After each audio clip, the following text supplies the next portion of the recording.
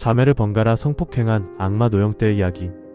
2012년 12월 11일 새벽 4시 30분경 한 남자가 경기 고양시 일산동구 아파트 단지를 서성인다. 주위 인기척이 없는 걸 확인한 그는 CCTV가 없는 아파트 외벽을 타고 6층 베란다로 침입한다. 조심스럽게 베란다 창문을 열고 들어가 먼저 건너방의 20대의 여동생을, 그 후 안방의 30대 언니를 번갈아 가며 차례로 성폭행했다. 그 남자의 이름은 34살의 노영대. 빈집털이가 주종목인 그는 빈집털이를 할 집에 미리사 전답사를 한 후 집에 여성만이 살고 있으면 추가적으로 성폭행을 했다. 아파트 20층도 에어컨 실외기를 밟고 거뜬히 올라가던 노영대는 아파트 6층에 살고 있는 자매를 성폭행 후 도주 시에도 아파트 외벽을 타고 내려왔을 정도로 신체가 건강했다. 이번 자매 성폭행 사건도 침입 경로와 방법을 사전에 치밀하게 준비한 후 실행했다. 노영대는 자매의 집에 들어가기 전 미리 투명 테이프와 칼 그리고 콘돔을 준비했다. 범행 당시 노영대는 자매들의 입을 투명 테이프로 막으며 소리 지르는 것을 차단했고 칼로 위협하며 자매를 번갈아가며 강압적으로 성폭행을 했다. 또 성폭행 이후에는 현장에 증거가 남지 않도록 세정제 등을 사용해 자신의 흔적을 지우려 했고 테이프를 뒤로 돌돌 말아 자신의 채모가 남지 않도록 현장을 청소하는 행위도 하였다.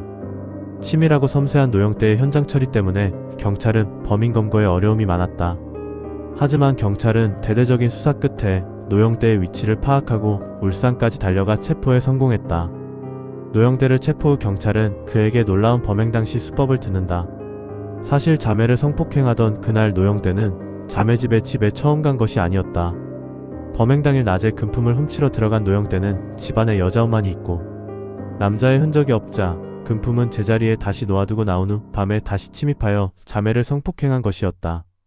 형사들은 전문적이고 사이코패스 성향이 있는 노영대에게 다른 죄도 분명히 있을 거라 확신하고 그를 깊이 수사하였다. 하지만 여기서 예상치 못한 상황이 발생한다. 노영대가 경찰 수사 3일째 되는 날 경찰들의 감시가 부실한 틈을 타 수갑을 풀고 경찰서에서 도주한 것이다. 이후 노영대는 5일간 안산, 인천 등지를 돌며 도주하였지만 경찰의 대규모 수색작전으로 인해 안산 지역에서 다시 재검거되었다. 이후 재판에 넘겨진 노영대에게 법원은 특수강도 강간, 절도, 도주 혐의로 징역 13년을 선고하였다. 재판부는 노영대의 범행이 매우 계획적이고 잔인하며 피해자들에게 씻을 수 없는 정신적, 육체적 고통을 안겨주었다는 점을 양형 이유로 설명했다. 하지만 13년형은 너무 짧다. 아울러 법원은 형 집행 종료 후 10년 동안 신상 정보를 공개하도록 명령했다. 이는 성범죄 재발 방지를 위한 조치로 출소 후 10년 동안 관리 대상이 된다는 말이다. 시간이 흘러 노영대는 현재 13년의 징역을 모두 마치고 만기 출소했다. 우리 곁으로 돌아왔단 말이다. 노영대는 2026년 1월경 출소하자마자 범행 당시 거주 지역인 경기 고양시가 아닌 강원도 춘천시로 갔다.